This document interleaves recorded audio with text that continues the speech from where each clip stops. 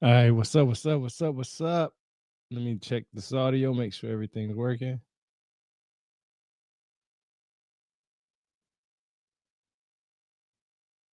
No. Yep. There we go. Everything's in business. Let me just make sure.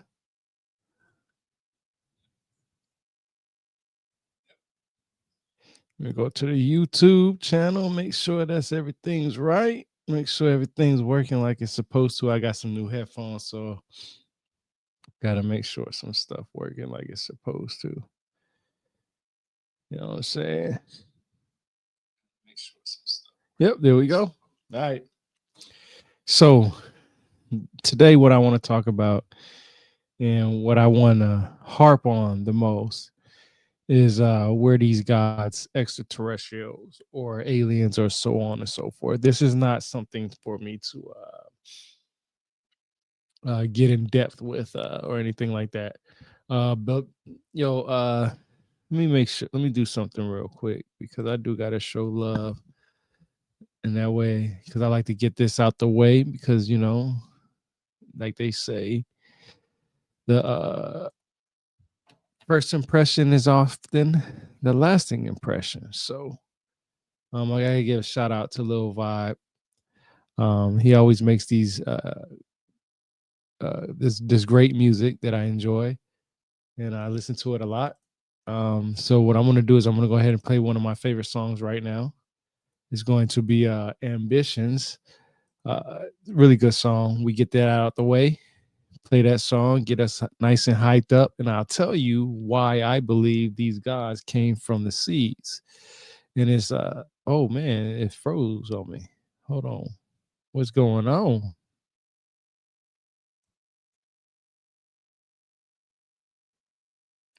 Oh no. It froze on me. My computer froze. What's going on here?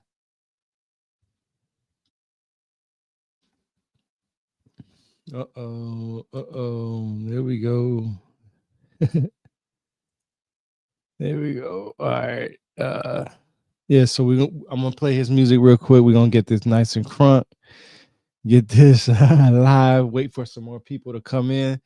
But before I play his song, I want to say, look, the gods came from the seas. Now, any of you guys that's in the UFOs, UAPs, aliens, extraterrestrials, gods, firmament, flat earth, and any of this stuff that's going to be interesting.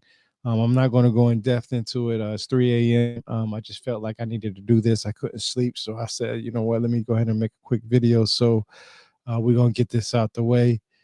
Fear, if you want to jump in on this, let me know, man. I can shoot you an invite real quick.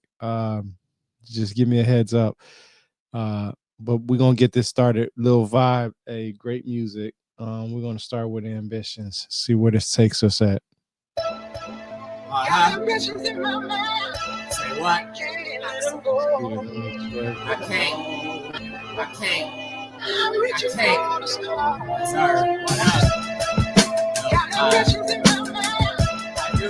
What up? I'm reaching for the stars. Yeah. Right. Yeah. Got ambitions in my mind. Right. Yeah. Come on. See. I'm reaching for the stars. Got ambitions on my mind and I can't let them go. Gotta stay up on my grind, no more sleeping on the floor. Came up from them pennies, now we stacking nickels in the drawer. On my dresser, yes, I got the pressure building on the low. Hit the joint and then I blow it, now I'm spinning around the globe. Put my name up in the bleachers and my people in the dough. Rappers scared to take a feature, know I eat them with the flow. I don't need them, I've been scheming with the preacher and the boast. Play these demons while I'm eating, no hell, I don't need no poke. Pick a season, now I'm seasoning the bees on the boat. Trying to please it cause they sucking on my dogs off on the low. Don't be reaching when you see me, PTSD like pop smoke. Fuck a joke, came up broke, remember sleeping on the floor. Hella broke, hella niggas steady hating on the floor. Now they broke, and I'm packing out arenas with the shows. Blowing Keeper in the Sutherland, saluting to the soul, yo. Woo. Saluting to the soul, yo. Yeah. Saluting to the soul, yo. Oh, yes.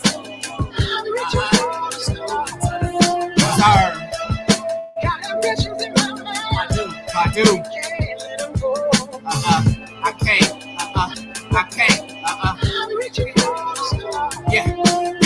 questions on my mind and I can't let them go. I've been thinking about these things since the tender age of 4. Who would know I would grow to be a father and a goat? Sleeping woke, tipping toeing through the valley of the ghost. Off the coast with my lady going shopping for a boat. Single float, gun the shot like I'm Katie with the post. Keep the bras, finishing Mortal Kombat, little bro. Like a boss, I was built to win, shining on the host. Crystal powder, golden diamonds, stay together on the rope. Getting better every second, been improving on my goals. Been a veteran of moving through the obstacles and hosts. Falling deeper in a dream that's been implanted in my soul. Getting paper, chasing cream and staying meaner with the flow than I ever been. Is heaven sent, I'm rhyming like the Pope. Got the medicine for remedies afflicting on your soul. Going Kiefer in the Sutherland, saluting to the soul, yo.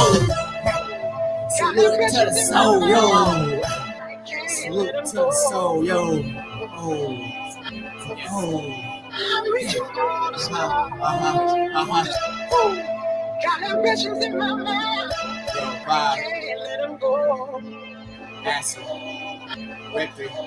I'm reaching for the stars. Yeah, here we go. Woo! Back again. Invader like a Zil, I am him, whoa. Yeah. Invader.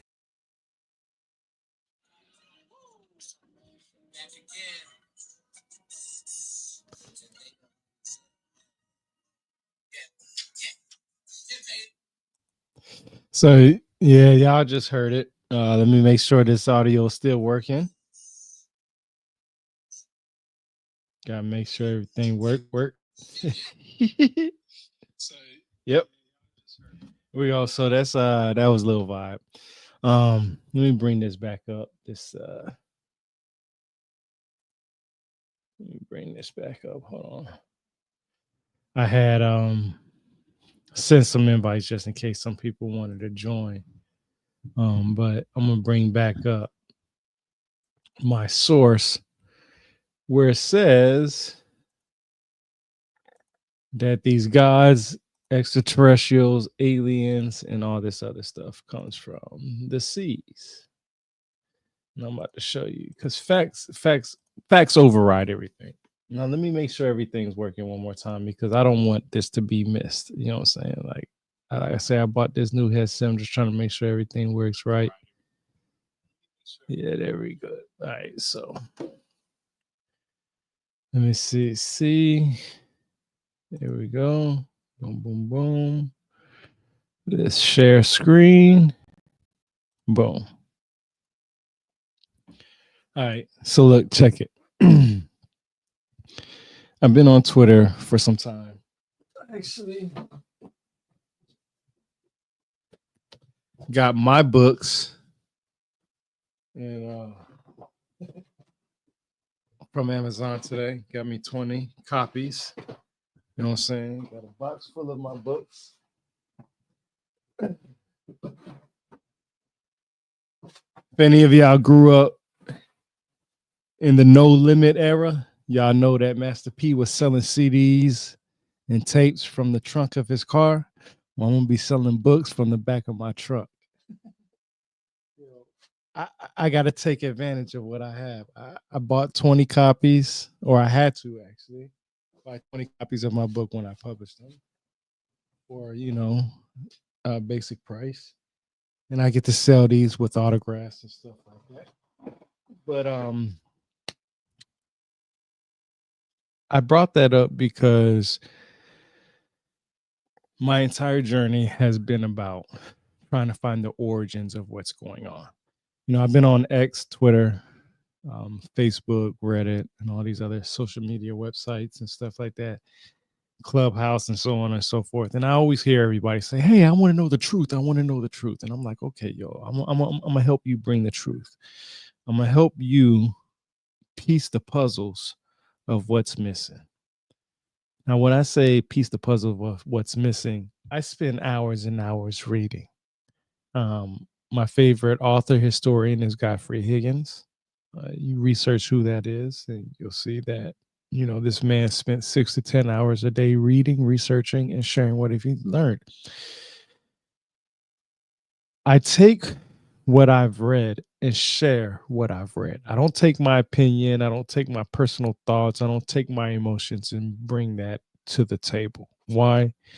Because that takes away what is actually said. Okay. When it comes to extraterrestrials, UFOs, aliens, gods, so on and so forth, is this idea that they're from somewhere other than here on physical planet Earth. And I say physical planet Earth because that takes away from the idea of them being from a different dimension or universe and so on and so forth, right? And I try to share exactly what I've read. Now I know when people hear me, they don't like me calling people idiots and all this stuff. Look, Jerry Springer was popular for a reason. Murray was popular for a reason. Ricky Lake was popular for a reason. Okay. Sally Jesse Raphael. I'm telling you guys my age. I paid attention to a lot of shit that was around me. I know people talk how they want to talk. I know people have a language that they feel comfortable portraying to the world. I am me who I am. I am who I am. I know what I know. I know what I've read. Every ancient text that I've read, there is some idea that these gods come from somewhere here on planet Earth, not outside of Earth. Now, when you look up the etymology of extraterrestrial, alien, and so on and so forth, well, extraterrestrial is something outside of Earth's atmosphere. An alien is basically something that is foreign. But I've asked respectable people, and I hate calling out names. So this year I'm going to try to do less of calling out names. And what I mean by calling out names is calling out people that say that is what is mostly accepted. I don't know how to say that or put that in words, that explanation. Hopefully it makes sense later. But I always say that I've respect a lot of individuals out there. I've spent time reading their material and taking their material and looking for their actual evidence, meaning that if they read it, should be able to read it, right? And a lot of this has to do with the Enuma Elish.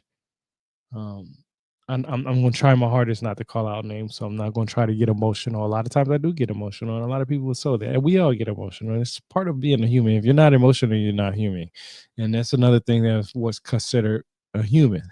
I talk about that bipedalism, so on and so forth. But we ain't here to talk about that. But the Oxford Handbook of Cuneiform Culture, edited by Karen Ratner and Eleanor Robson, is a very interesting book because most people who know anything about Oxford, period, knows that the Sumerians, the Anunnaki slash Enuna, is where you're going to go to find the cuneiform tablets. Now, the Cuneiform Digital Library Initiative, let me bring that up real quick because a lot of people don't know about this.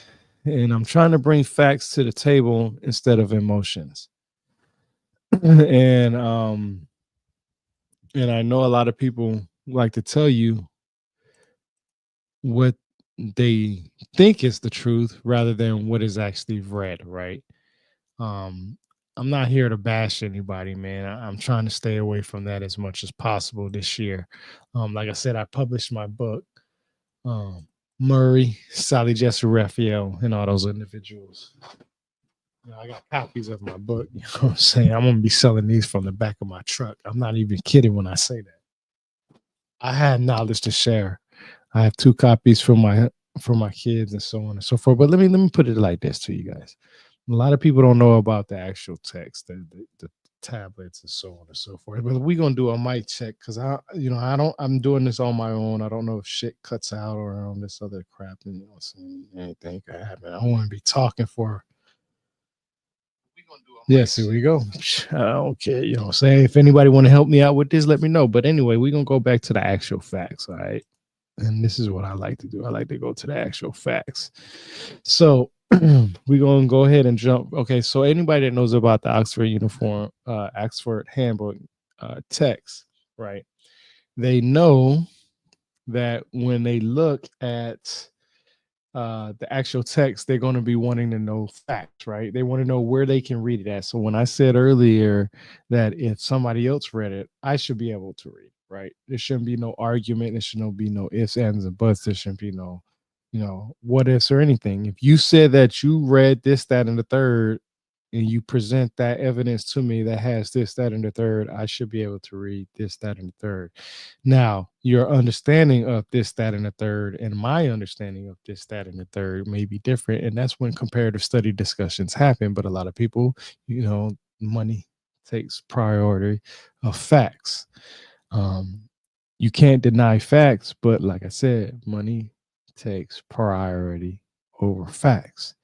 That's why when you have somebody, and I'm gonna toot my own horn, and say that when I share what I shared, I bring facts to the table, and this is one of my way of bringing facts to the table. So anybody that knows about anything about Oxford University or Oxford Handbook or anything about ETCSL, the Electronic Text Corpus of Sumerian Literature, or CDL, the Cuneiform Digital Library Initiative, which I'm about to bring up right now because, like I said, I like to bring facts to the table, and I don't like to bring nothing else but the facts to the table.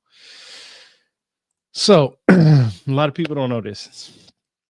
The Cuneiform Digital Library Initiative lets you see the actual tablet itself of whatever is in ancient Sumeria, or which we consider Mesopotamia. I say Sumeria because most people consider the Sumerians the first civilization because of the writing system. I already talked about enough of that, so I ain't even got to get into that. But like I said, the Mesopotamian tale of a great flood and one survivor chosen by the gods. This tablet cost her when discovered in the 19th century due to a similarity to the flood narrative in the Hebrew Bible. So when we talk about the ancient Sumerian text or the Mesopotamian, let me slow down. Mesopotamian text, we're talking about the ancient Hebrew Bible and its correlations between that. Now, these are how the recordings were back in the day. I just got Fear up here. What's up, bro? How you doing, homie? I'm doing, man. I'm Can't still kind hear of you. recouping, but I like can't hear you. I'm alive. Hold on, let's see what's going on. Hold on. I can't hear you. Say something now. Can you hear me? Nope, still can't hear you. Hold on. What about now? Nope, still can't hear you. Look, I can't hear you. Oh man, this is something else. Let's see. Let's see. Let me do something real quick. Hold up. Oh, excuse me. Let's see. We're gonna go to the sound settings. And we're gonna go. Let's see. See if this works this way. We never know. I probably can't hear you.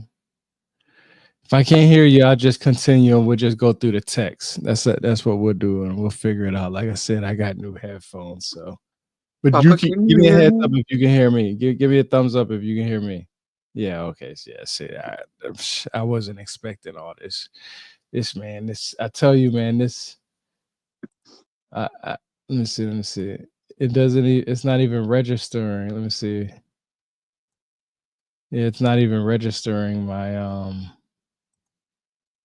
I'll probably do that next time. Test that out.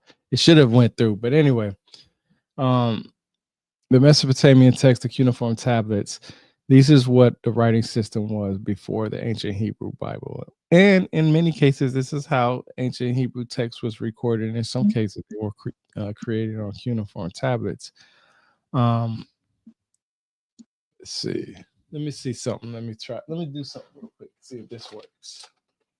Let me see if this works. Because I could hook this up wired. Wired. Let's see.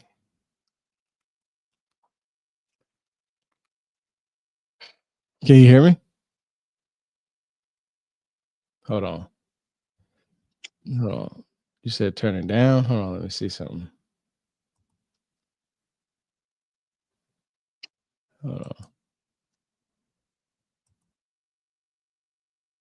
I should be able to hear you soon.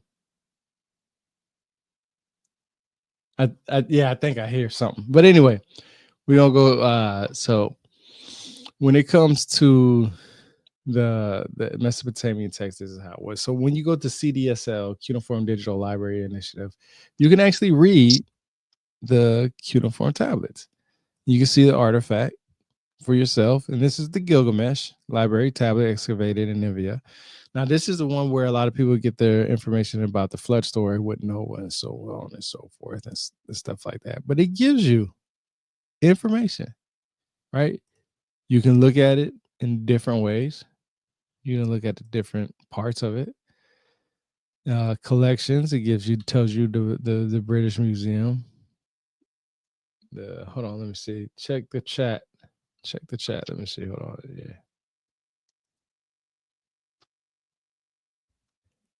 Yeah, try to reconnect. I think I can hear something Can you from hear you. me?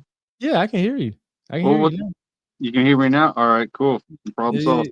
yeah. I just hooked it up to I guess I can have it wireless and wired. I just have to figure out the connection, but as long as you can hear me, that's cool. That's all that matters. Well, in answer to your question earlier about how I was doing, I'm still recouping, but I'm alive. Ordered the rest of the parts of what I need for my bike, because it turns out I need a few more things.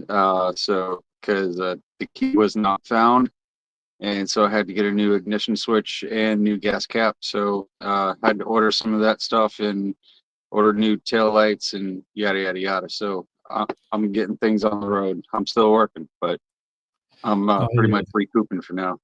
Yeah, I was like, man, I ain't seen you online in a minute, man. I was like, man, it's Yeah, crazy. yeah. This hospital trip really took a toll on me. Like I lost a total of 13 pounds, and I was in ICU for 4 days. Damn. Yeah, I would before I went into the hospital, I was on the couch, like literally couch ridden for 4 days until my mom, she's like, "Fuck it, I'm calling the ambulance," and then I spent an additional 4 days in the ICU. So yeah, it took a toll on me this time. So I've been just focusing in on myself and getting the bike ready so I can do this podcast and just I think I will. I'm on a mission, you know that. So I'm gonna complete my mission no matter what the fuck is in my way. Even if it's just one damn episode, I'm gonna fucking do it. Nah, I told you, man. I just decided. So I'm actually starting my documentary. It's a good point to talk about it. Actually starting my documentary. Me and Mike and Dave. Some of you guys already know who they are. We're actually going to Serpent Mound, and we're going to mounds in Atlanta, and we're going to some mounds in St. Louis, or at least we're trying to. And we're in pre planning phase for that right now. And so we're going to do live shows from those places. I'm going to bring my podcast equipment, all that stuff. So we're actually going, if this falls through, it's supposed to be sometime around March. We're going to go to these different places and do actually discussions on them and actually have road trips and stuff like that. So this is something that's interesting. When it comes to the documentary, I'm actually supposed to get my new garage door in the next 2 days. So once that happens, I'll be able to convert my garage into a studio. I'm actually in the pre-planning phase. I actually have, I don't know if you've seen it or not, but I got the hard copies of my books today. So Oh, nice. I'm gonna be selling So when those. am I getting my autograph copy? That's what I'm gonna set up. I'm gonna start setting all that stuff up because I just got them today. I'm actually on for the documentary. I'm actually saving up for a computer because I need to get a new computer for all this stuff. So all this stuff that I'm doing and that I'm sharing, because of the book and all that other stuff, um, we can definitely put something together or collaborate or whatever it is you like to do. Absolutely, absolutely. But I'll have my bike running by then. So yeah, like we can probably meet up like whenever you come out this way, or we can even meet like halfway or pick a location and stuff. Like whenever you go up to St. Louis, it's not that far for me. Like I'm only in South Texas. I can ride my bike up there. Yeah, we definitely gonna put something together. That this is definitely interesting, and that's why I try to start off with sharing what I've known, like this whole purpose of this live is this just came out of nowhere. This wasn't something that I wanted to plan. I've been wanting to do a rant on it for a while, uh, but I feel like a lot of people who believe in aliens or extraterrestrials or gods or whatever the case may be, um, they they feel like it comes from something outside of planet Earth. And I don't believe that, because when I read the ancient texts, it literally says they came from the seas. You have Jesus, who's depicted as a fish god. You have many Mesopotamian fish gods. You have many African fish gods, right? Um, but it's, to me, it's just interesting because none of this stuff is when it comes to aliens, it's always outside of planet Earth. And We should be I looking don't under the water. what We should be I looking just, under the water. and that's what I feel like, because most of the oldest civilizations out there, or I should say all the oldest civilizations, are underwater. They have places that they can't understand or do not understand how it was formed and how it came to be, and is it natural or unnatural. Now I'm not here to argue about any of that shit. I don't care about that shit. What I'm saying is that when I go, let's bring it up. Let's bring it up, because I don't like to share nothing that I can't prove, because I want to make sure what I say. Hold on, something ain't right. Always Hold on. with pictures of the Simpsons in the background. I love it. Bro, I love The Simpsons, man. I love The Simpsons. When I respect different individuals, and I'm not going to call any names. You already know who they are. You can call them out, but I'm not going to call them out this year. This year is more of about me sharing what I just know. There's different phases to our lives, and everybody knows that. But when anybody talks about Oxford University, no matter who they are, when it talks about the Anuna / the Anunnaki, they always reference Oxford. No matter if it's the extraterrestrial outside to a different planet, or whether it's inner Earth idea, it's always And Oxford University is the source. Why? Because they have the collection of cuneiform tablets, right? There's no argument in that. I don't have to argue that. That's what's fact. But speaking of Anunnaki, I have a question for you after the presentation. Well, it's just a question about, I came across a video on YouTube the other day, and it said that Enki is Yahweh, and we've gone across this subject many and many many times in different angles and avenues, and this is the first that I'm really like taking notice to something like that. that's what people say. But okay, before I even start where I start, let's go with that. Okay. Who is Yahweh? Well, Yahweh is known as the God of war. He's known Right, as a God of war. In right. order to be known as a God of war, you have to do some crazy shit. Anybody that's been to war, which I have, had the privilege of going to war 4 different times, twice to Afghanistan, twice to Iraq, and a Purple Heart recipient. So I was wounded in combat. So I'm very familiar with war. War is nothing pretty. War is nothing beautiful. It's passionate, but it's nothing beautiful and pretty. Now, you might be beautiful, may be subjective, and you may see beauty in war, but there's nothing beautiful about it. Okay. There's nothing but darkness. It's sad. There's nothing to be happy about with war. Now, to be known as the god of war, okay, I'm gonna take it a step back. Um, Michael Jordan is known as the god of basketball. He is the man of basketball. There are people who would look at him and be like, yo, that dude is the king. He is the god of basketball. He is the GOAT. He is the number one. He is the person. Nobody can deny that, right? But then you have individuals like Larry Bird, who is not on the same level as Michael Jordan, but has skills that are may or may not be the same level as Michael Jordan, which made a name for himself. Well, we know Michael Jordan is top tier. We know Larry Bird is top tier in some eyes, but he is not top tier on Michael Jordan's level. So he would be known as a lesser type of God, right? A lesser type of individual, right? Even though he may have came out and did anything else before Michael Jordan or whatever the case may be, it doesn't matter. That doesn't matter because we know that Yahweh isn't the only God. Why? Because when you read the ancient texts, it say Elohim, right? So That means Elohim, many. exactly. So going back to what you said, you know, like I said, being known as the God of War is that to be known and recognized as that, there are certain things that have to happen that can't be denied, meaning that you have to leave a mark somewhere, which is crazy. So when it comes to God of War, Yahweh, Enki, and all this other stuff, you know, you can put that into category. Well, Enki is known as one of the creators of humanity. There's no denying that. Well, is Yahweh a creator, or is God a destroy? Is Yahweh a destroyer? Which one do you want to categorize him, right? Because some people say Yahweh, God, Elohim, Jesus are all one and the same. But how accurate is that, right?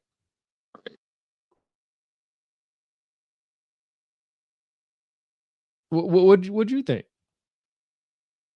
Well, to be that God, you would have to technically be both.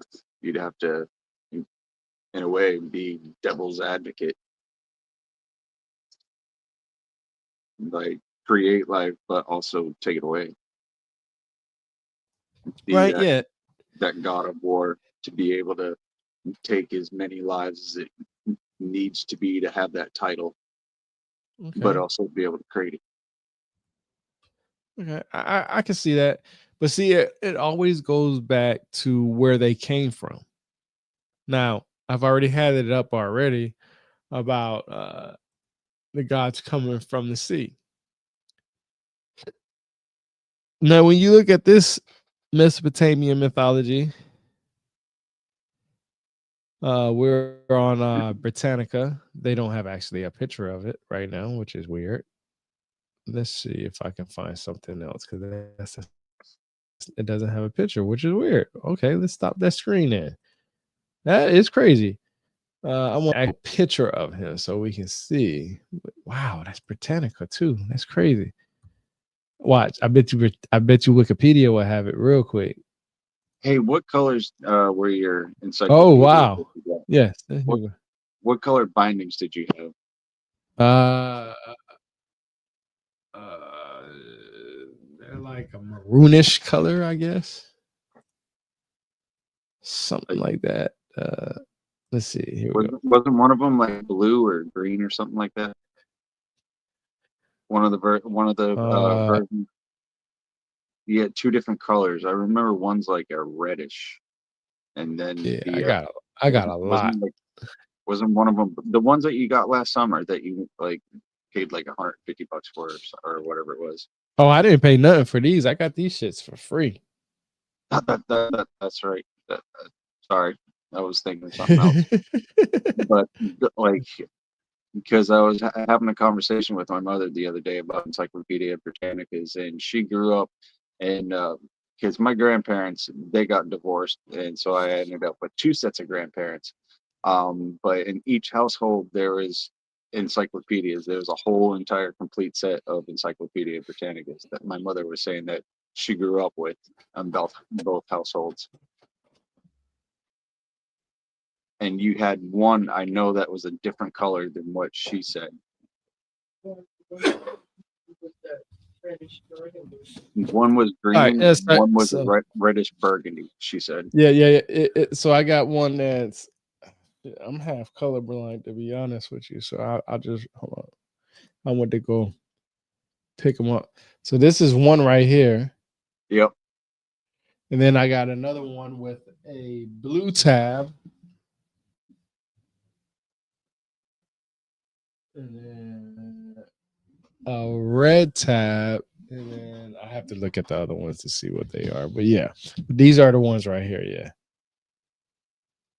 Let's see. Let's see. This is volume 16. What year is this one?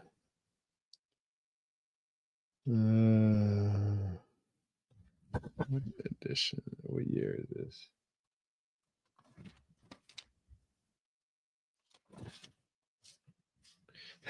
The first thing is about Chicago too.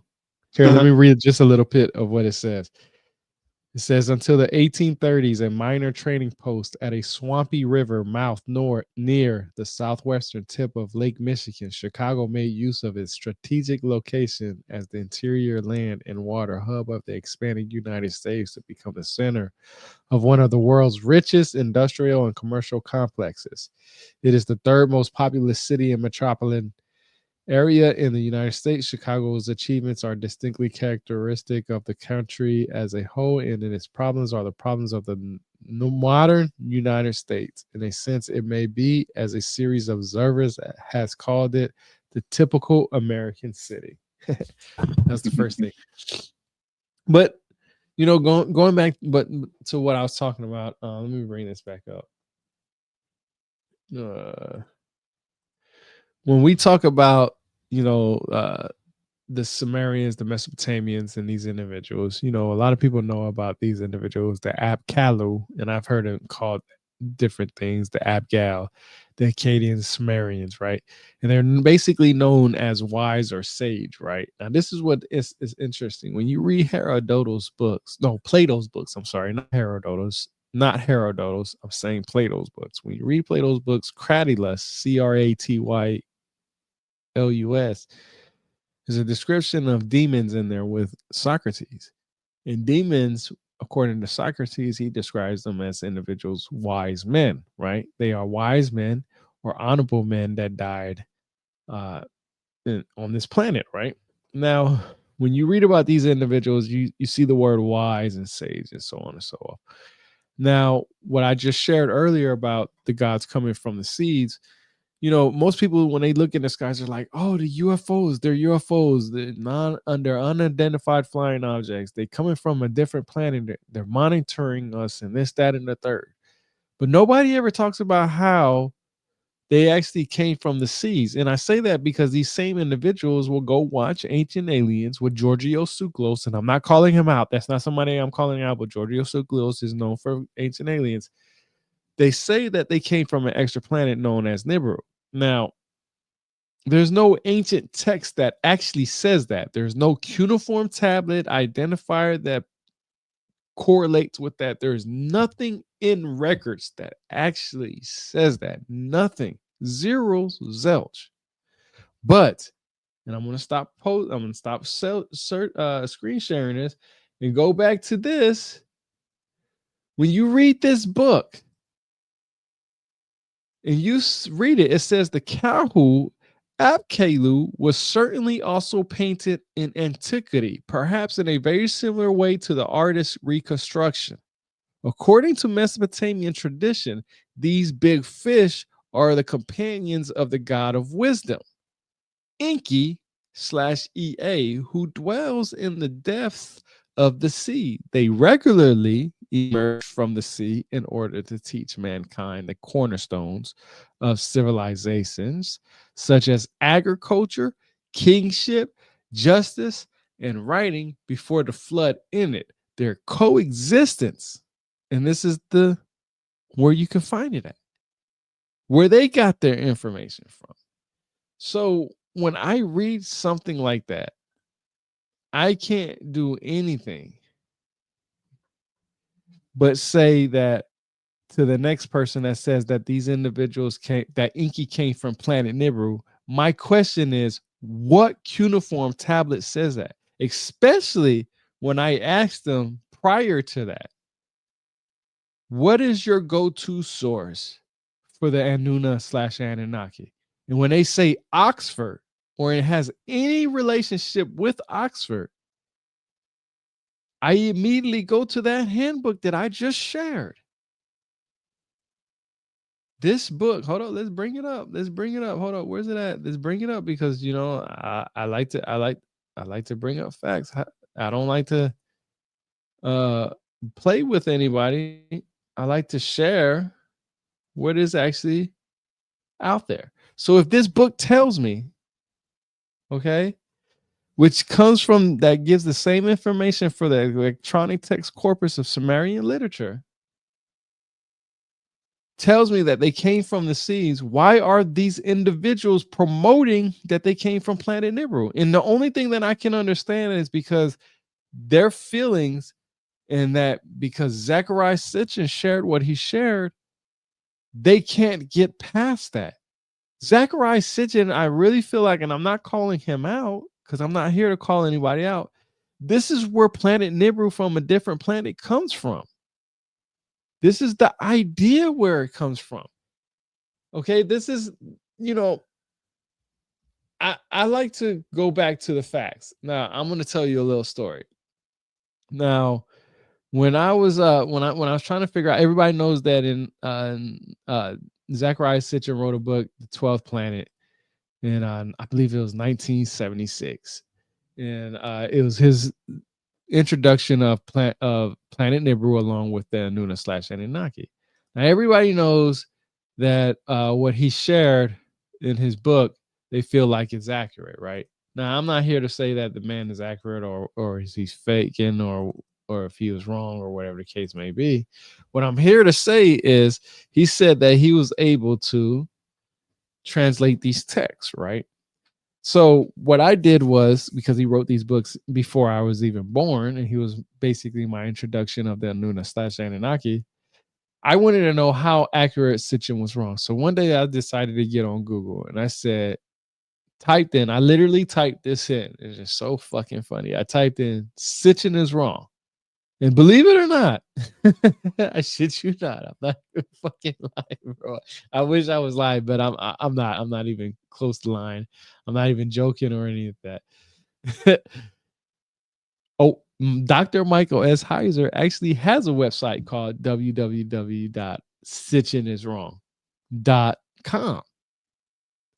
And he has, on there, he has actually a couple of different websites, but he specifically made this website because he got tired of Zachariah Sitchin sharing incorrect information. Now, both of them have passed away already. Michael S. Heiser passed away, I believe, last year.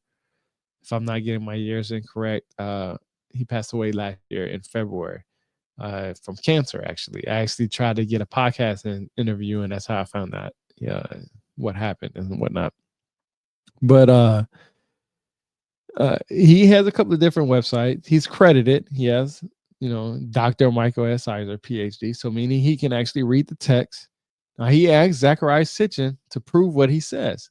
Now I'm a man that has too much ego. Everybody already knows that. Anybody that's been following me for a while or heard me talk on X, if I'm right, I'm fucking right. Why? Because I read it. If I'm wrong, I'm fucking wrong. Why? Because I read it. But I came to this website, Dr. Michael S. Heiser. He can actually translate the text. He actually asked Sitchin to prove what he says, and Sitchin never did.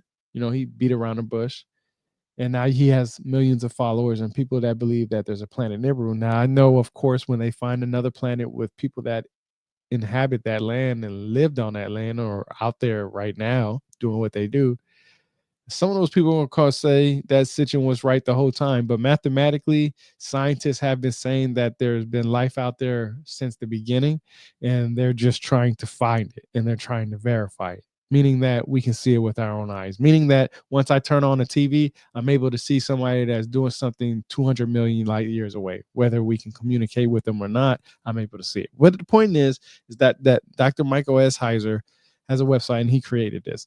Now, he says that Sitchin is wrong on so many different levels about this. Now, the biggest source that Zachariah Sitchin used for Planet Nibiru is this cuneiform, or the cylinder, I'm sorry. Cylinder seal VA 243. Cylinder seal VA 243. And this is the cylinder seal that he holds and he shows. And if you look right here, I'll bring it up right here.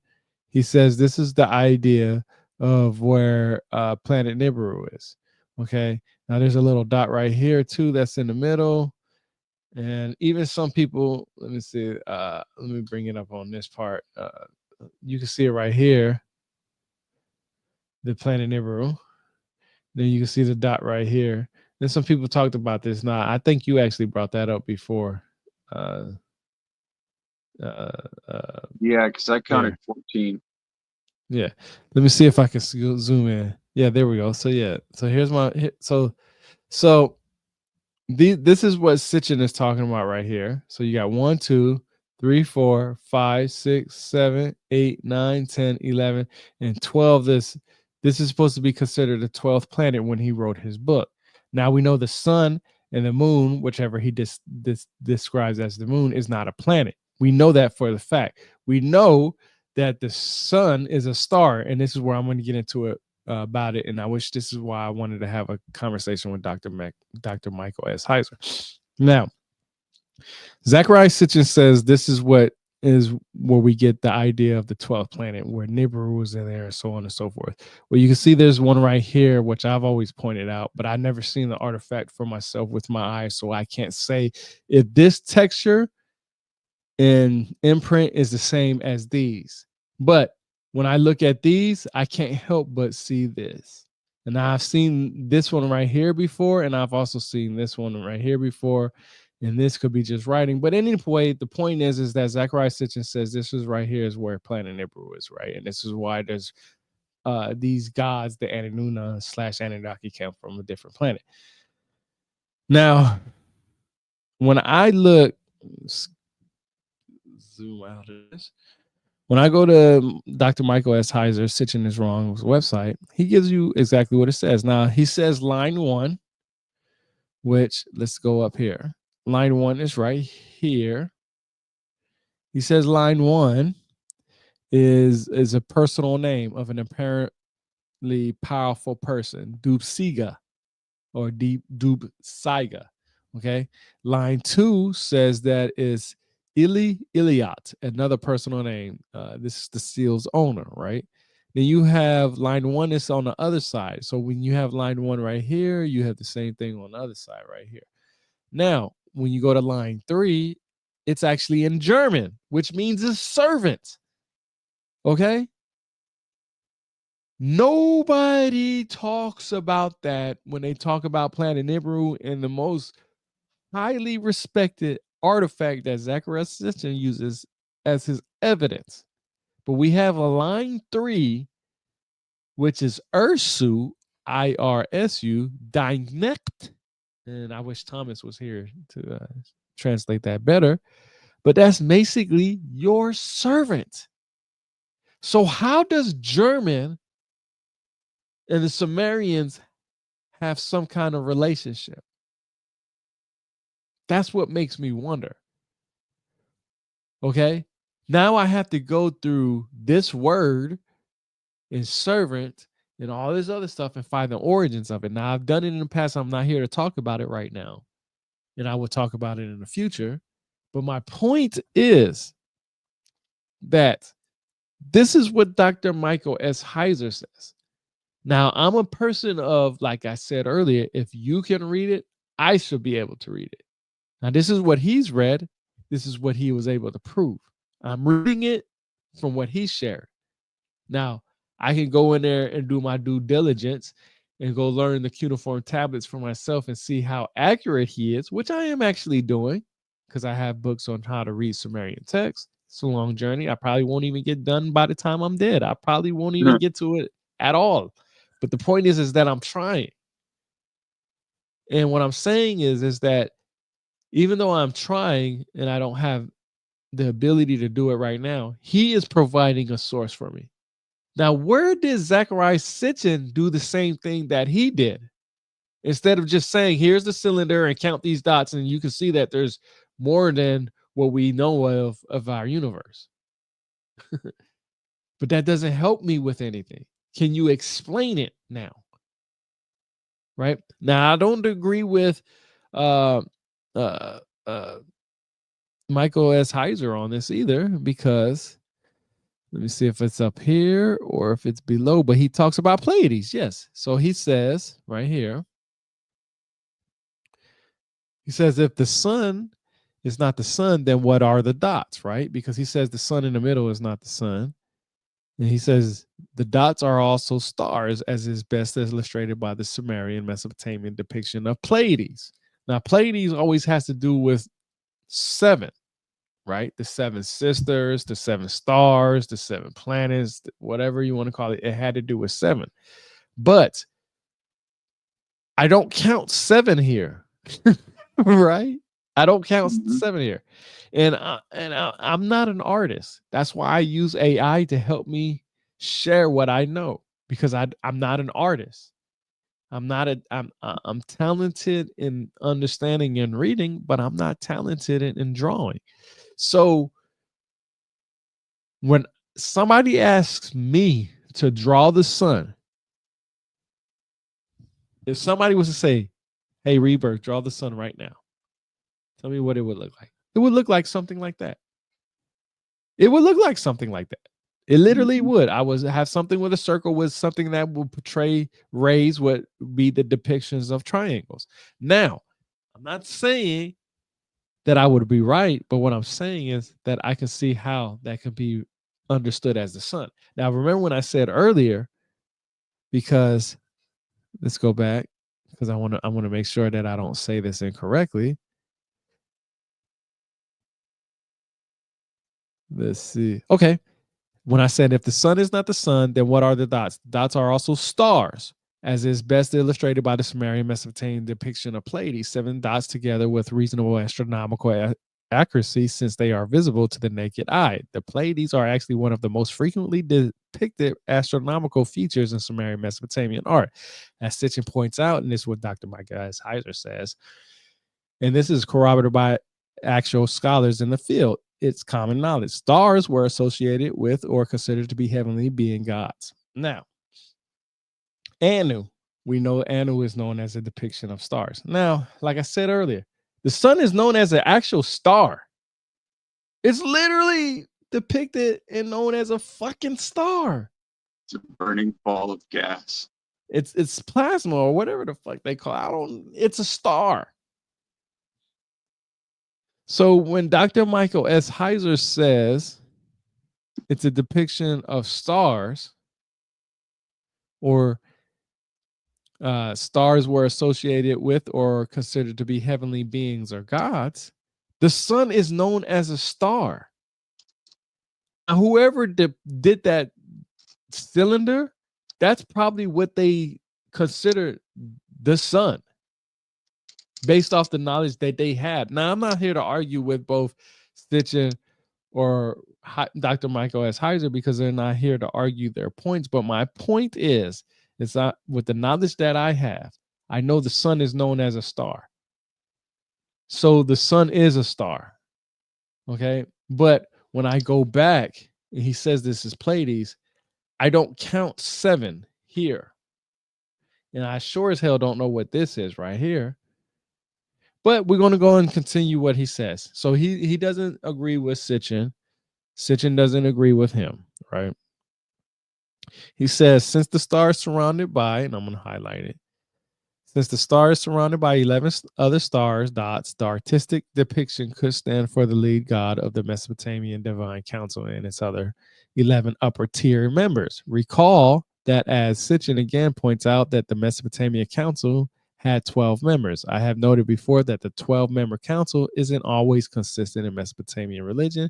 At times, 8 gods are considered the council, but 12 is the most prevalent number, which is actually true, right? It is actually true.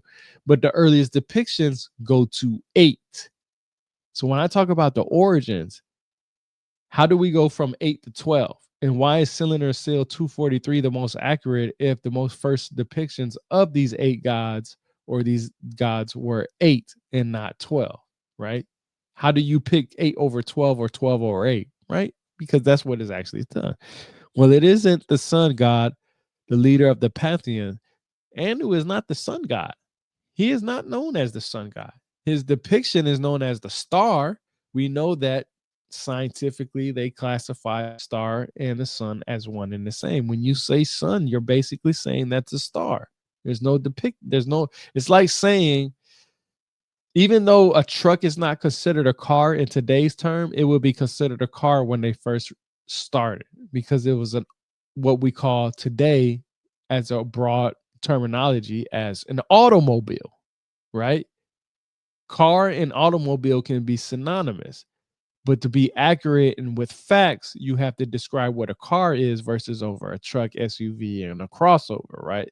But at the end of the day, it's synonymous with what? An automobile. An automobile covers a wide range of different type of vehicles, ATVs, you know.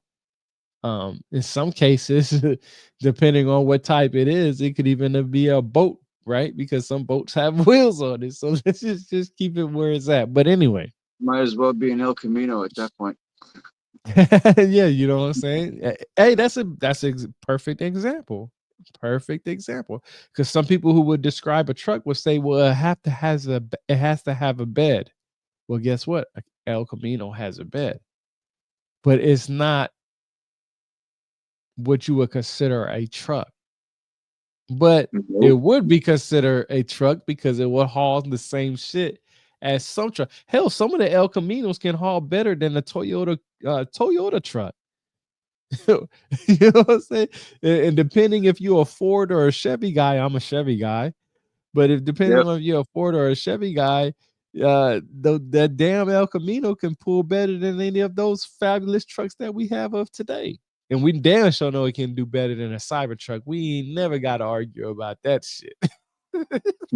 A Cybertruck ain't even a truck. That's just we just gonna call that a matchbox right now. But anyway, Anu is not known as the higher god. Marduk is actually known as the higher god in many cases, and especially in Babylonian texts, he takes over all the other gods. But my point is that he says right here, these options are admittedly subjective, but one thing is certain: the sun symbol does not conform to the abundantly frequent symbol for the sun in Sumerian Mesopotamian art. So what he's basically saying is that the sun that's depicted in the cylinder seal VA 243 is not what they would consider the sun in artist form at that time. Not maybe maybe later time, possibly, but you know, right now, no. In that or at their time, no. So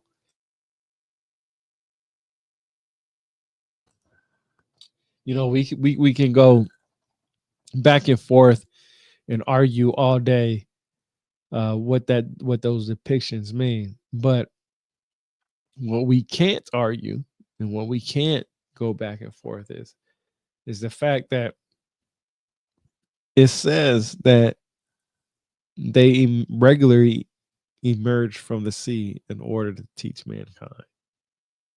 What how does that make you feel when you hear something like that? Hmm.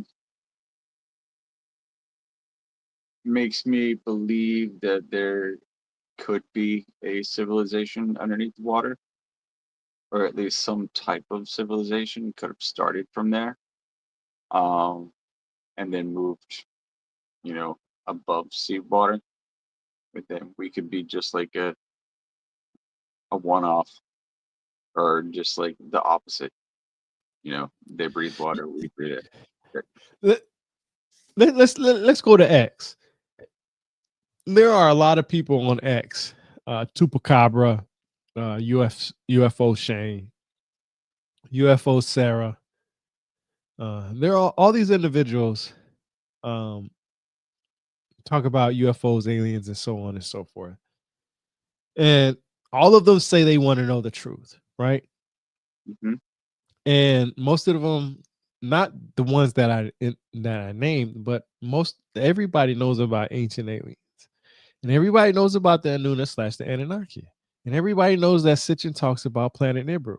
But when I go to the Oxford University text, the cuneiform, the people that say they can translate it, say they came from the seas. My question is, what would the fucking difference be if these individuals with these this high tech technology, whether they came from the seas or outside of outside of Earth's atmosphere, what difference does this make?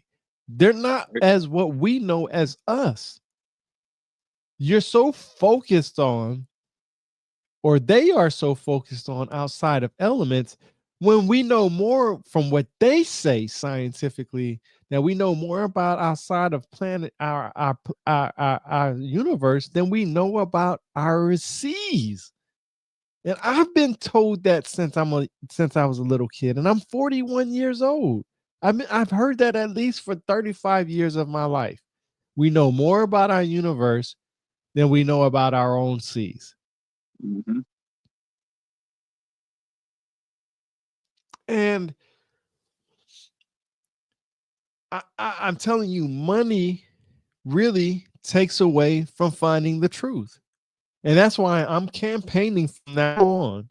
I'm going to go hard about this. These gods came from the sea. So when I'm bored and I have nothing else to talk about, whether it's 5 minutes to an hour to 2 hours or whatever it is, I'm going to get on here. And I want people to understand that this shit is not coming from outside of Earth's atmosphere. It's not. It can't be.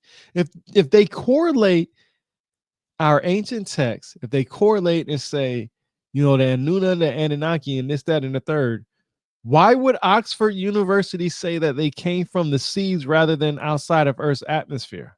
Why would they say that? And if you don't have an answer for that, maybe we should be digging for that answer. Because from what I understand, we haven't went past the fucking firmament. Right. And I'm not telling you what my opinion is. I'm telling you what people believe. People believe we haven't went past the firmament. We haven't went to the moon. We haven't went to this place. We haven't went to that place because we can't get past the firmament.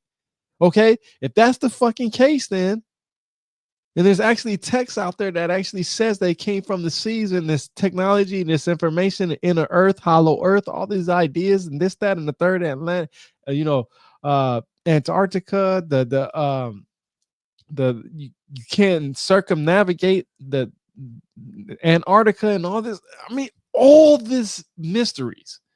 If I'm reading an ancient text that literally says, Enki, who dwells in the depths of the sea, they regularly emerge from the sea in order to teach mankind the cornerstones of civilizations such as agriculture, kingship, justice, and writing before the flood ended their coexistence. This is in the ancient text. This is not me saying it. This is not me with my opinion. And I don't understand how, if so many people are so serious about fucking aliens, they talk about Corbell, they talk about Greer, you got little Pop-Tart, you got all these other people talking this shit. But the ancient text actually tells you, and it's been telling us since day one, since they were able to record what they witnessed. That's all I hear from these people. The ancient people recorded what they witnessed. So where the fuck does the ancient text say that it came from a different planet? It doesn't. That's somebody that tried to fake the funk to get popular because of money. It's popular. This man is making money for the rest of his life. His family is going to make money for the rest of their life until there comes undoubtable truth of where these individuals came from, meaning that the Anunnaki / Anuna have recordings saying, yeah, we came down here 20,000 years ago. Yeah, here's the Aztecs, here's the Mayans, and here's the Pumapukus and all these other individuals. We got a recording because guess what? They got it on a thumb drive because they're solely highly fucking advanced. 3,000 years from now, people are still going to be watching The Simpsons. Mm-hmm. Why? Yep. Because it's on digital. It's never going to be forgotten. 3,000 years from now? 3,000 years from now.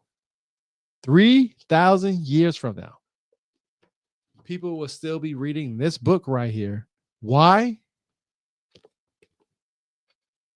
Because I have a fucking ISBN now. I have an ISBN. Not saying that I'm all that. What I'm trying to tell you that is that as long as you have somebody that's going to record something, it's always there. I have PDF files of my book. Once I start sending that out there to the digital age, it's out there. Whatever I said in this book, whatever ideas, claims, theories, or whatever I said, which I'm not going to tell you if I put it in here, whatever is in here, if it comes back from 3,000 years ago and they say who was the origins who actually put that together, who else? But that doesn't mean I'm right. You have to verify what I said. And that's why I did, for my part, naming this book Journey Through the Origins of History, was because I wanted to know, okay, if I grew up in the Catholic Church and I was told about God and he came from heaven, I want to know everything about heaven that I possibly can, along who God was, who created God, where did he come from, who is his mother, who is his dad. When I meet you, Trevor, when I met you for the first time, we asked each other common questions. Where you're from, what have you done in your life? Where's your family from? You know, the history, your background. We wanted to know a part of our past. And that's what I feel like everybody wants to do. And that's why I wanted to know where the Anuna / the Anunnaki from and these gods. Because if Abraham, the Abrahamic faith started around 2000 BC. That's the same time frame as the Anuna / the Anunnaki. That's the same time frame as the Sumerians and the Akkadians. That means Abraham picked a god from the Anuna / the Anunnaki and worshipped him. And it was any one of them that gave him what he wanted. A woman that wants to pray for a child is not going to pray to Yahweh. She's going to pray to Ishtar, or known as Inanna. She is known as the fertility god, or any fertility god at that case. And then her saga and so many others. She's not going to pray to Yahweh. Now, back in the day, or even now, that's what people would say, hey, you got to pray for Yahweh if you want something, or if you got to pray for Elohim, or you got to pray for God, or whatever word they want to implement in their narrative, that's what they would go to. But when I want to know where they came from, because all these people, ancient aliens, the Discovery Channel, the History Channel, you know, all these individuals, where did the Anunnaki come from? We don't know exactly where they came from. Well, the Oxford Handbook tells you where they came from. They came from the seas. And they brought us knowledge. I have never heard any of the people that I put on as I respect that says this. Matter of fact, a couple of weeks ago, I'm not going to call him out. He's about to launch a book out. He's wrote a couple of books. A lot of people respect him. I asked him, I said, hey, what is your source for the Anuna / the Anunnaki? He told me the electronic text corpus of Sumerian literature. So like I always do, and how I piss people off, I guess, is that I say, well, I also follow that text too. And I actually ran into a book that they published, the Oxford published after that, which says that these gods came from the seas. And I gave him the book and the text, and I gave him what I give everybody, you know what I'm saying? And this dude, he never messaged me back. He never messaged me back. He never said anything. And I know he got the message, because you can tell when people get the message. They tell you when they see it now. Like, they give you the read receipt. So when you open it, you can play stupid like you want to, but they're going to tell you now. These social media places are letting you know. You know, as much as people talk about how much what they know and what they're trying to share, it really trips me out that when you give them a piece of information from the same source that they probably didn't read because, you know, it's something that they didn't come across at that time, they get upset. Like, if the text actually tells us that they came from the seas, then why is there so much push on them being coming from a different planet and they're monitoring us. They're not monitoring us from a different planet. I don't believe that shit. Because people want to leave this floating rock that's floating in space. They just want to look out and be like, oh, what's it like somewhere else? And you know what? It really, this is what really pisses me off about a lot of this stuff is that I have no problem with people making money fooling somebody. If you want to be fooled and you want to give that person your money, hey, go ahead. I'm sure, who am I to tell you who to give your money to? I'm not counting your pockets. But when I go into a social media place, when I create my website from my own money, when I create my YouTube channel, when I create my own live and pay for my own StreamYard account and all this other stuff and buy all these programs and create what I create.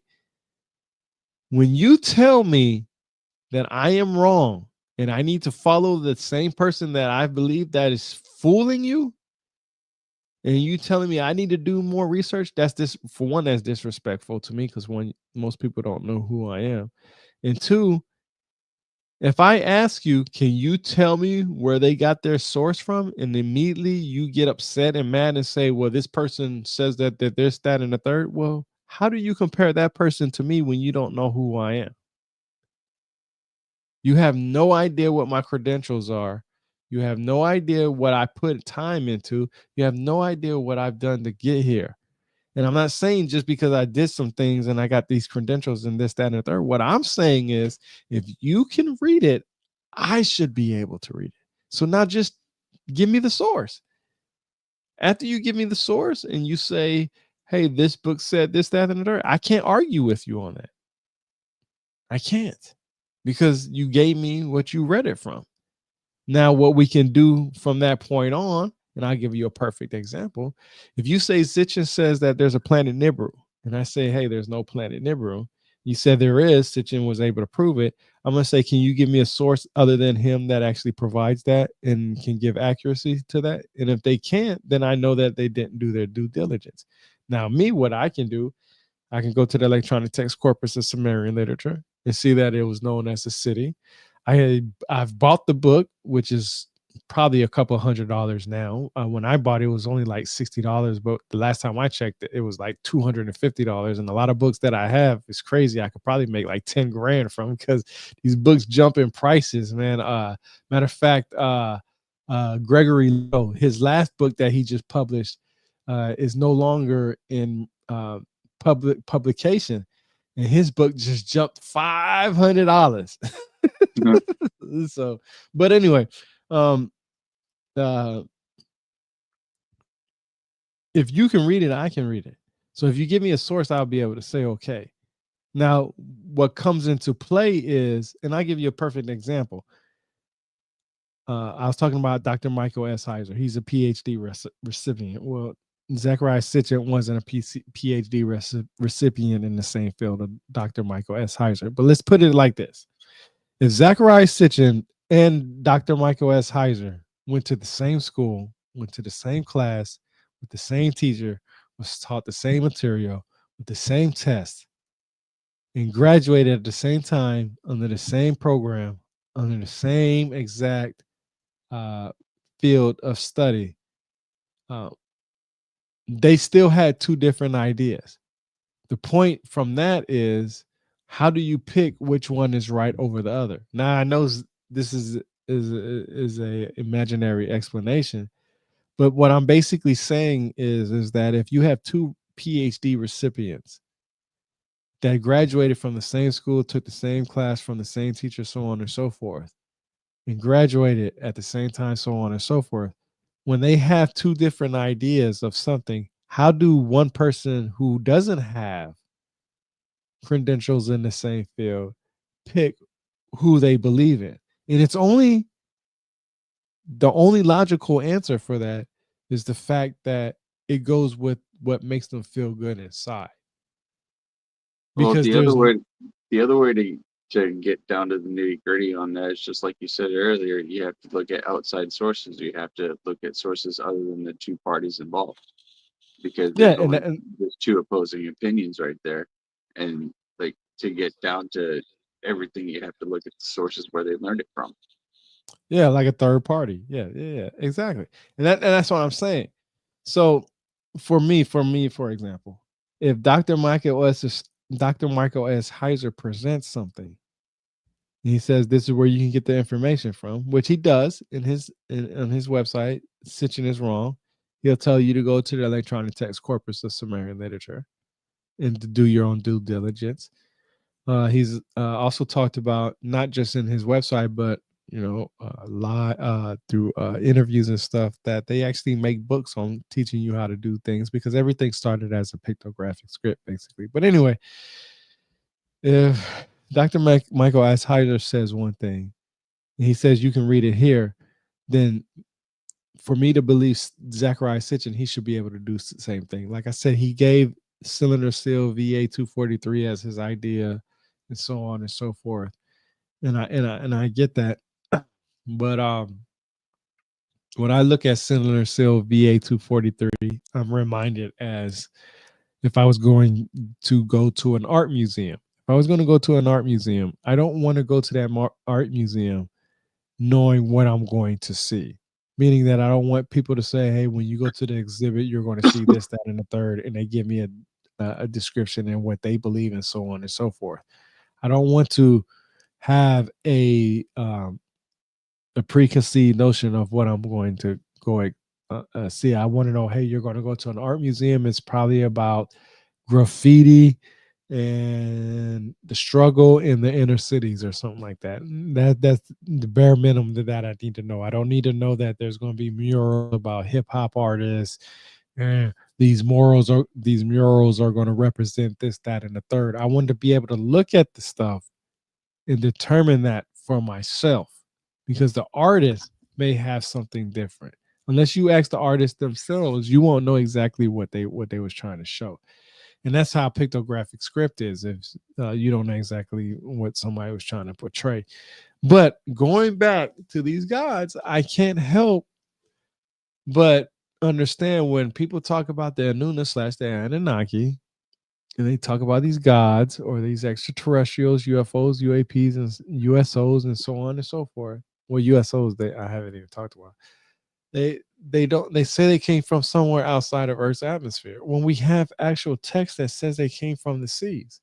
Now, are they trying to confuse us and trying to uh, uh, bring our attention to something that's not there? I think so. Because why, if you're so much in research, if you're such a fucking researcher, I mean, seriously, if you're fucking such a researcher, and you're so wanting to know the truth, if I'm giving you, I know I'm a nobody. I already know that. I'm not worried about that shit. I don't give a fuck about being a nobody. But let me bring this up real quick, because I want to make sure that I make this very, very clear. Where's it Especially at? being on like ancient aliens and whatnot, being a researcher and you top fucking, they're of the game, their fields and whatnot, and being experts, you think that they would look at the rest of the information and present this as well? Yeah, well, that's what I'm saying. If you say you're such a researcher, if you say you did your due diligence, if you say you want the truth, this, that, and the third, you say Oxford is your source for a lot of this shit. If I'm picking up this Oxford Handbook of cuneiform culture, meaning that it's supposed to give you the ins and outs about the cuneiform tablets themselves and the understanding of it. If I pick this book up and it says they came from the seas, what am I supposed to believe? And that's why I say that these people say this shit so much. Look, let me tell you something. Man, it's gonna be hard to do this. So Billy Carson, I did a discussion. I asked Miss Billy Carson in one of his messages about Planet Nibiru. And man, let me see.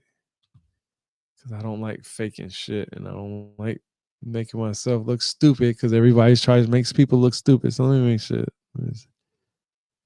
Let me see the corner, because I put it in the corner. Hold on.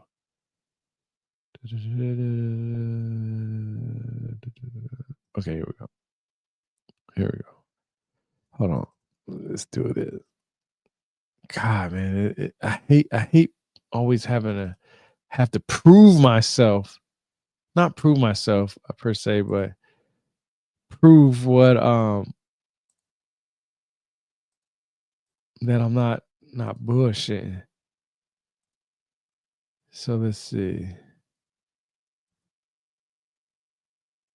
Okay, hold on. I gotta open it up real quick. Let's see where's it at. Enuma Elish, Enuma Elish.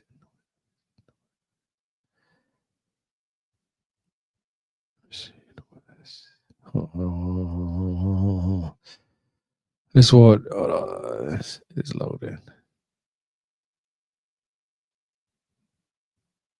All right, here we go. And I took this down because I was really trying to research what the hell he was trying to say. Like, where the fuck did he get this information from? So he said November 14th. This is a video. I'm about to play it real quick. He said November 14th. He said, get the Forbidden Knowledge TV app, right? And you can see on the bottom right here, I'm about to play it. It says, could you provide the cuneiform tablet that mentions the Anunnaki coming from planet Nibiru? And this is what I asked Billy Carson, because he says we spread missing information, right? Of course, I put my source up there, like I did with everybody, the cuneiform tablet, because that's how I am. And he says the Enuma Elish, the 7th tablet, right? So, like I said, I show him that they came from the seas. I provided this I did this November 3rd. Okay, before he did this, we spread missing information thing, right? And so it's still, I want you to read it. I want, I'm showing the book, November 3rd. You know what I'm saying? I'm not trying to, I'm trying to share information. And at that time, I only got 352 views. And like I said, he says right here, hold on, let me pause it. It says the Enuma Elish and the 7 tablets of creation. Now, anybody that knows me knows that I'm a man of looking for my sources. Like I said, I'm not trying to call nobody out, but it's kind of hard not to do certain things. So I said screenshot would be easy. So of course I went to the sacred text.com, showed him the Enuma Elish, and I scrolled down to where the Enuma Elish was. Now he said they spread missing information, right? Meaning that this is what he does. Okay. Now I'm trying, my whole idea and journey of this is to find out where these gods came from. So of course I'm going to look at what he says. So we're going to stop this because I want to show you something else. Like I said, I like to present what I actually know. All right, let's see. Where's that? Enuma Elish. All right, here we go. So like I did, this is 4 minutes, and I'm just going to have this playing in the background. Where's it at?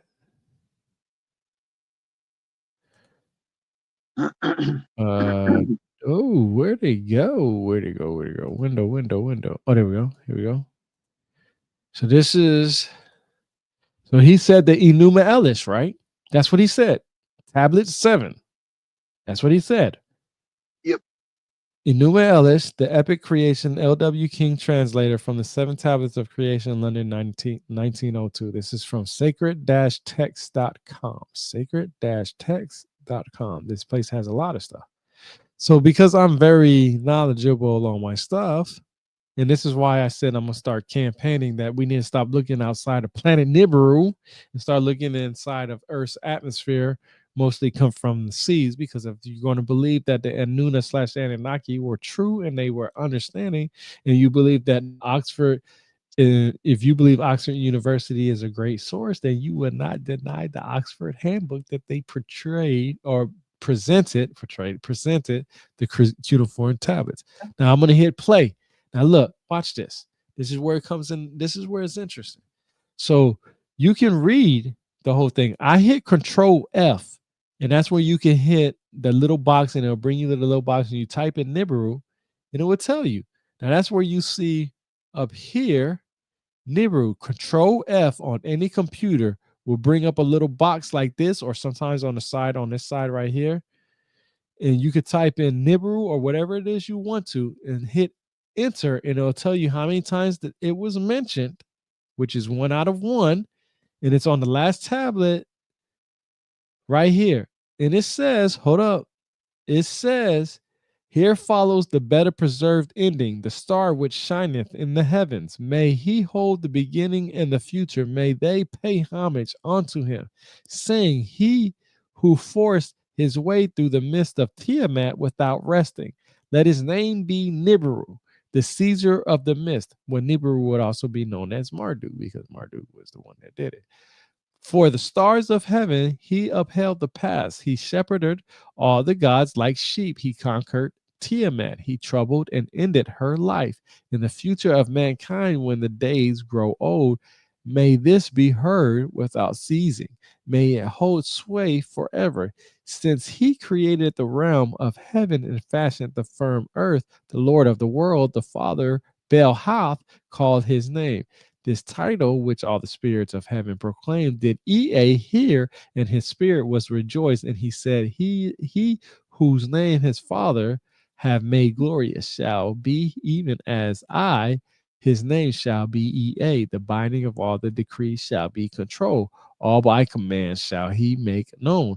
By the name of 50 did the great gods proclaim his 50 names. They made his path preeminent. Now this is where it gets interesting. This is where it gets interesting. Now, I always come with facts, and I don't ever come with nothing but facts. I don't tell anybody to believe anything that they don't want to believe in. I don't make anybody take my opinions. Now, do you see where it says that the great gods? Now, most people 9 times out of 10 would tell you, if they ain't heard it from me already, the great gods were known as the Anunnaki. That's why it says Ea, Ea, also known as the Anunnaki/Enki. Now, before I jump into this part, you can see that Nibiru is only mentioned 1 time in the Enuma Elish. Does it say anything about a planet orbiting our sun every 3,600 years and that the Anunnaki came from that planet? No, it doesn't. Nothing. Not at all. So when Billy Carson said to me, which I've proven, that it was in the Enuma Elish, where? Because you're saying that you believe they came from a planet, Nibiru, that orbited our sun every 3,600 years, and they needed gold for their home planet. Where in the hell does that say that in the cuneiform tablets? It doesn't. Oh, maybe he was thinking about a different chapter. It don't matter. It don't matter, because I can tell you he would never ever in his life have a discussion with me to show me that. And I'm looking for the answer. He says they spread missing information. So when I go and read the Enuma Elish, I'm looking for what he says. And when I get to the last tablet and read this, and I don't get any of what he says, I want to go back to him and ask him, and hopefully in good faith and with respect, because he finds me respected as much as I find him respected. He will respect me enough to and give me the answer, especially if he led me on that path in the first place. Why interact with me if you're not going to finish the journey? Right. Right. So I can tell you that he was incorrect on that. But let me pull this up, because like I said, I like to bring facts to the table. I don't like to bring nothing but facts to the table. And it's not because I'm trying to prove anybody wrong. It's because, like I said, if you can read it as a person, if you can read it, I should be able to read it. And And if I read something different and I ask you, then your personal feelings shouldn't get involved with it. But let's bring this point up real quick. Let's because I'm about to end this anyway in a second. But I want to bring something up because I'm gonna be doing this a lot. I want to really bring truth to the facts, uh, or facts and the truth to the table. Let's see. Let me move my Can I get a stream. witness? All right, so oh shit, what the hell? Here we go. So here is something that I posted January 22nd, 2024, and it was to Billy Carson and George Yosuklos. And like I said, I've already talked enough about and what's interesting, before I start, even Giorgio Tsoukalos actually gave me a shout out one time. That's pretty interesting. He gave me a shout out one time. I'll have to pull that up next time. But anyway, um, most people who follow Zachariah Sitchin believe that the Igigi were a group of deities in ancient Mesopotamian mythology, particularly in Sumerian and Akkadian texts. They were considered lesser gods, often serving high-ranking deities like the Anunnaki. But why does the electronic text corpus of Sumerian literature, ETCSL, say that the Igigi is a collective name for the great gods?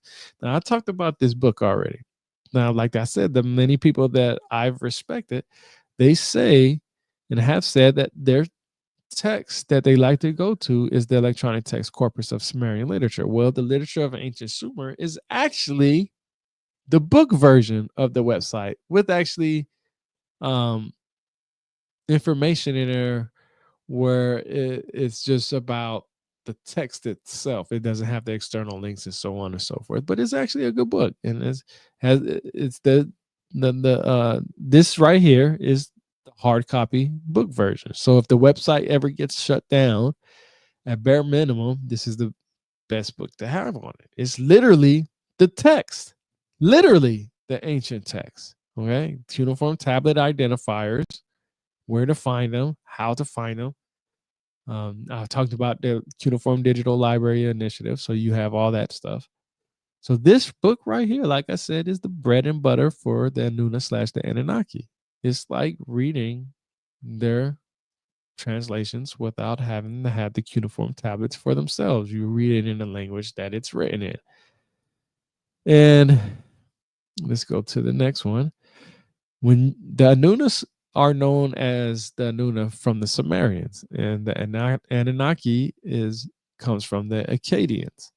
Well, the Sumerians considered them a collective name for the gods. This is on the back of the book. Okay, this is what I've shared. This is what I've given information on. This is information that's out there that you can read for yourself. So if you want to know about the Anuna / Anunnaki, and if you know about Billy Carson and George Tsoukalos, they will tell you that Oxford is their bread and butter for the Anuna / Anunnaki. Now, where they get these fantasy stories from, I had no idea, because it doesn't say it in the text that they talk about. When I say fantasy stories, I'm talking about them coming from a different planet. Now, this is where it comes interesting. The Igigi is collective name for the great gods. Now, most people know the Igigi as the ones who were doing all the toiling and working the hard labor for the Anuna. Now, my question is according to the electronic text corpus of Sumerian literature, why would the great gods be toiling for the lesser gods? Unless they were trying to lead by example. Anybody that's been in the military, the best NCOs are the ones who work with the soldiers. High I was speed vote. one of those NCOs. I did everything my soldiers did. Matter of fact, if the office needed to be vacuumed, I vacuumed it. If I noticed it, I cleaned it. Now, at the end, when I was giving them their 4856, and I was telling them, hey, about taking initiative, that would be my example of taking initiative. When you come in the office and you see that the floor may be dirty, go grab that vacuum and clean it. Right? I did it. I led it by example. And I would bring that up because they would ask me, "Hey, Sarge, can I go to the promotion board? Well, what do you do for initiative? What's your initiatives? What are some things you've done this week that you took an initiative to do that I could say that will require you as probably a good NCO?" And they would say, "Well, I ain't really do anything." I say, "Well, maybe next time, maybe you want to vacuum the floor." You're like, "Well, Sarge, I don't like vacuuming the floor." Well, shit, I don't either. But goddamn it, I don't like coming in the office with a dirty ass floor. you know Mhm. what I'm saying? But I'm just saying that's my example, is that a leader will lead by example. Okay. Just like a great parent would lead by example. You won't have a dirty ass house and tell your kid to have the most spectacular cleaned room, right? Because they're going to look at you like, "Well, shit, do as you told and not as I see," or whatever that saying is. Do as you're told and not as what's that Not as saying? I do. Yeah, there you go. Yeah, so you know what I'm saying. So, but this is, man, this is where it gets interesting. And I'm gonna do a video on this too. Um, when you go to that Oxford Handbook, the book that I was just talking about, uh, it actually says that Ea and Enki are the great gods, and that the Anunnaki are. So there's actually a, how can I say, a Discrepancy. contradiction, yeah, discrepancy between the crew. So that's where I come into, and that's why I ask myself, and that's why I try to figure out, what is it that Billy Carson really wants to know? What is it that Giorgio Siklos really wants to know? They talk about high tech technology, but not for nothing. Before man knew how to tame fire, fire was known as an advanced technology. You know, a bow and arrow was known as an advanced technology. Is it known as an advanced technology to know? Hell no, because we got bullets, right? We got gunpowder, right? It's not. It's a technology. It's more advanced than, I say, a bow and arrow is more advanced than throwing a rock, right? So my point is that when they talk about these extraterrestrials and they talk about these uh, these gods and these aliens and these UFOs. I'll be honest with you. This year, I'm probably not going to join too many spaces or clubhouses. I'm not going to have too many discussions unless somebody wants to get on and have a discussion on like this. And the reason why is because I've already mentioned, individuals like UFO Shane or UFO Sarah or Corbell, or you have individuals like Tupacabra and so on and so forth. And they spend so much time fighting amongst each other about what is and what isn't without just bringing facts to the table. I don't give a damn about um, if Billy Carson makes money off of what he does, but I am definitely going to say, hey, I've actually researched what he's read, and I can't find what he says, so I don't think it's accurate. And it's up to that person on their time frame to sit there and say, hey, well, you know, you may be right or you may be wrong. But when they say they're an expert, I can't tell you how many times I've heard somebody say they're an expert in something and get information wrong. You know what I'm saying? If you're an expert in something, you should be able to give it to me. And if you're such an expert and you want to teach everybody with the shit that we have available today, like StreamYard, I'm able to screen share and share all this stuff with anybody. I can teach anybody anything that I know by the books that I have. All I got to do is just pick up a book and just share it. That's it. That's it. If Billy Carson says he can read the ancient text, he can read Sumerian text, he can read Akkadian and cuneiform and so on and so forth, then why not have a class for it?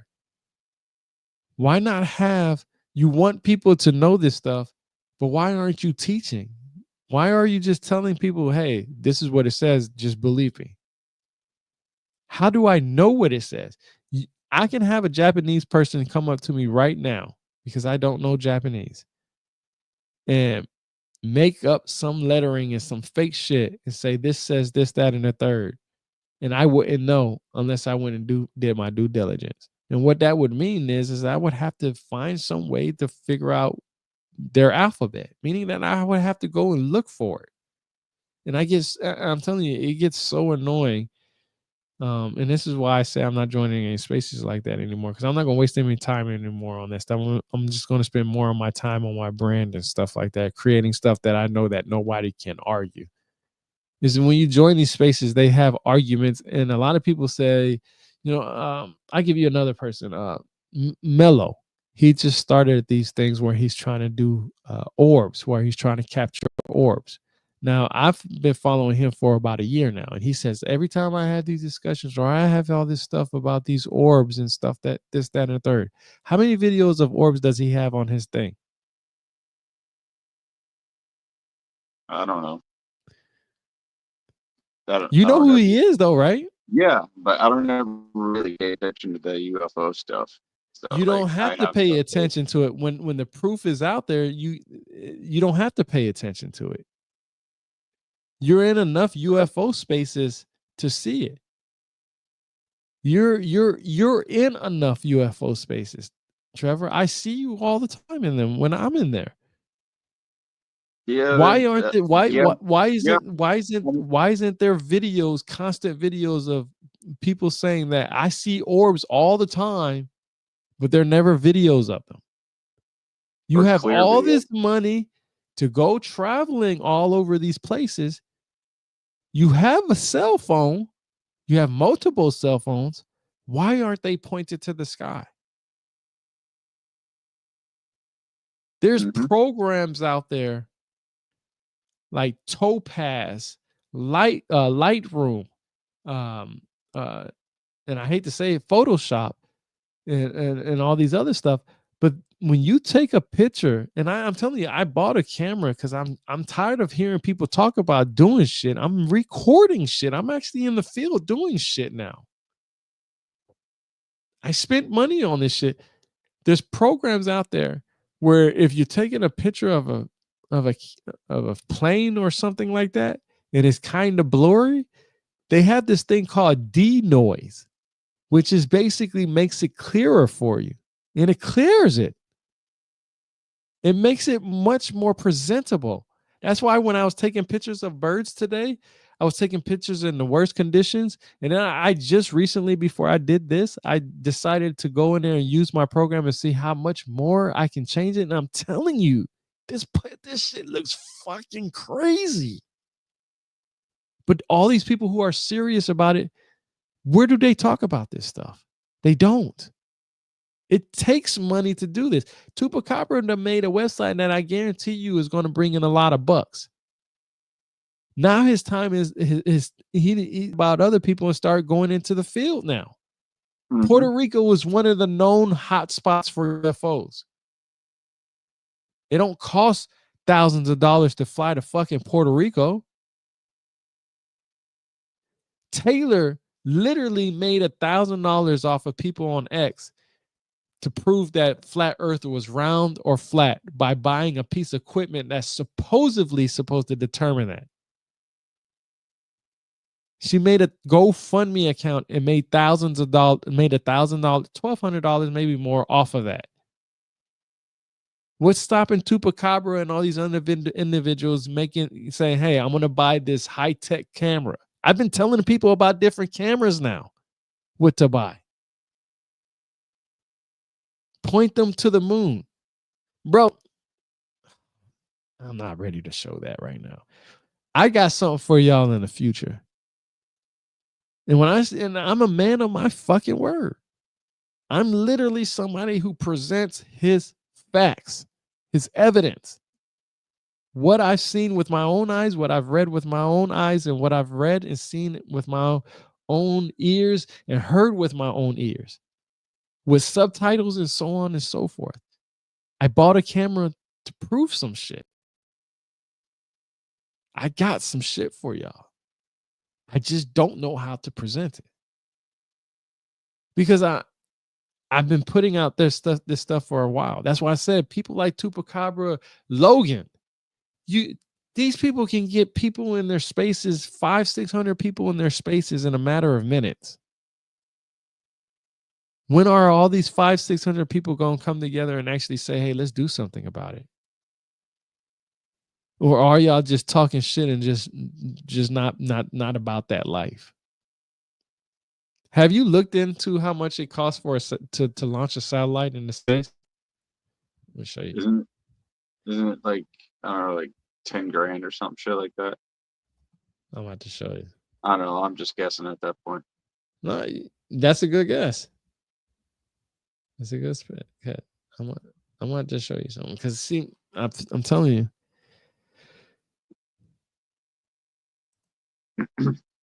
people just don't. Let's see. Hold on. I gotta find that website. I found the website. I should have saved it. And it was just something that I think it was this one. I had a website that actually talked about how much it costs to send a satellite into space. And I can't remember what exactly what was the website, but it went from like 100,000 to the most expensive. Uh, uh, yeah, here we go. Here we go. Yeah, this was the website. Yeah, this was the website. This was the website. Hold on, let me bring it up. I was specifically trying to find it for SpaceX.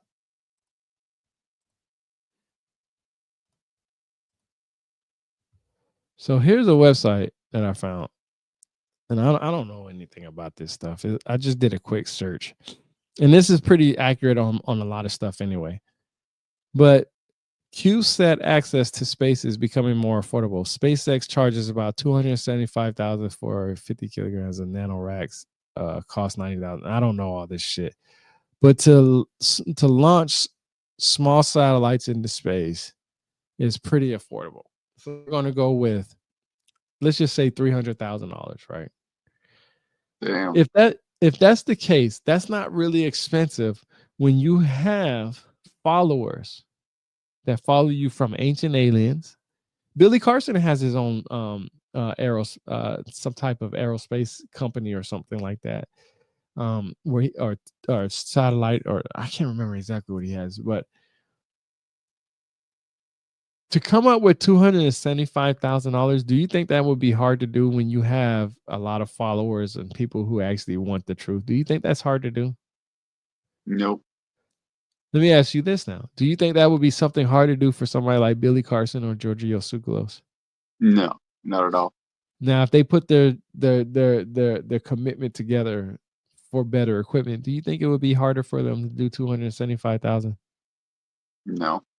Do you think it would be hard for them to put cameras on there where we can monitor it for 24 hours because SpaceX has satellites out there and they can have these cameras running for 24 hours unedited, real live time? Do you think that would be hard? No, not at all. Just leave What? the light switch on. Why do you think it would be hard? What would make it hard? Regulations, agencies. Why? What regulations? Like what? Why do you think regulations? Kind of like government overstep. So basically, like, we don't want you telling too much of our business, right? Exactly. Point example. So that's what I'm saying. So why would they be lying or need to lie about different things, right? And this is my point, is that it doesn't cost much to do much of anything. It's whether they want the truth to be told or not, right? I've been told so many times we haven't been to Mars and firmament and all this. I'm not here to argue that. I don't care about that. What I'm saying is that these individuals have the ability to give us the truth. And it, like I say, if you read it, I should be able to read it. And there shouldn't be any arguments in it. Now I'm about to end this next 5 minutes. I want to make it known that I talk about this a lot. Okay. we know scientifically that there may be planets outside of our understanding that habits life of some sort. They could look like us or may not look like us. But I wonder if the the idea of reptilians and so on and so forth that people talk about, these are individuals, because when you talk about reptilians, most reptilians, they usually go hide inside of earth some way, right? Like snakes like to hide and, you know, hide themselves with the earth. They're not in the open, basically, is what I'm saying. Like, you're not going to go walk outside and you're going to be like, oh yeah, I can see the snake over there, right? Unless they're moving or transporting, they're going to be hitting from earth. I wonder if a lot of this stuff that these individuals talk about when they talk about these gods could be the powerful gods here on planet Earth, right? These individuals or whoever they are. But what makes them powerful? And the only thing that I can come up with is the knowledge, you know, the knowledge. When I was talking about the fish gods, I'm a fisherman. I have a 17-foot boat, bass boat outside, and I got to pick up fishing now that I that I'm done writing my book, because I haven't really been fishing. But when I go fishing, there's certain things that I look for. I look for the weather. You know, I at least do a 48-hour check of the weather. I want to know what the moon is like. I want to know if it's what the humidity and so on and so forth. Everything is because when you go fishing, you can't just go out there, throw your line in there, and think you want to catch fish. It doesn't work like that. There's a lot of factors in that. And if I'm somebody that has a tribe of 8 to 10 people and I'm catching 30 fish a day, I'm going to be known as a god, because not only can I feed my tribe, I can feed the next man's tribe. Well, that next man that can't do for his tribe that I can do for his tribe, not only is his people going to possibly look up to me as their savior, but he may look up to me as a savior, or he may turn and become my adversary because he wants to be looked at as the savior, right? So he may be somebody that may become my enemy, but because I don't have time to argue and fight with him, and I'm trying to keep tribes alive and keep people alive because of my empathy and so on and so forth, I can be known as a good god for keeping people alive through fish and bread and so on and so forth. And that person who can't do what I do will be known as the adversary or the devil and the Satan because of their jealousy. But guess what? When you read the Bible, God is known as a jealous God. But where the fuck did he come from? So that's where it all comes back to. Where do these gods come from? Do they come outside of Earth's planet, out of planet Earth's atmosphere, or do they come from the seas like the actual ancient texts say? And this campaign is going to start from today until somebody takes me serious enough to say, let's have a discussion who's an expert on this, because I'm not an expert. I just follow the experts. And if the expert tells me to follow them and they get too far ahead of me and I can't see them, I'm definitely going to tell their ass to slow down so I can catch up. And this is my time to tell them to slow down and let me catch up, because I don't see where they get this information from. So Billy Carson or any of these individuals out there that says or believes or honestly wants to share that the Anunnaki came from a different planet, then please, by all means, teach me, because I'm teaching myself and I can't get the right information. So knowledge is power. Trevor, you got anything to say, man?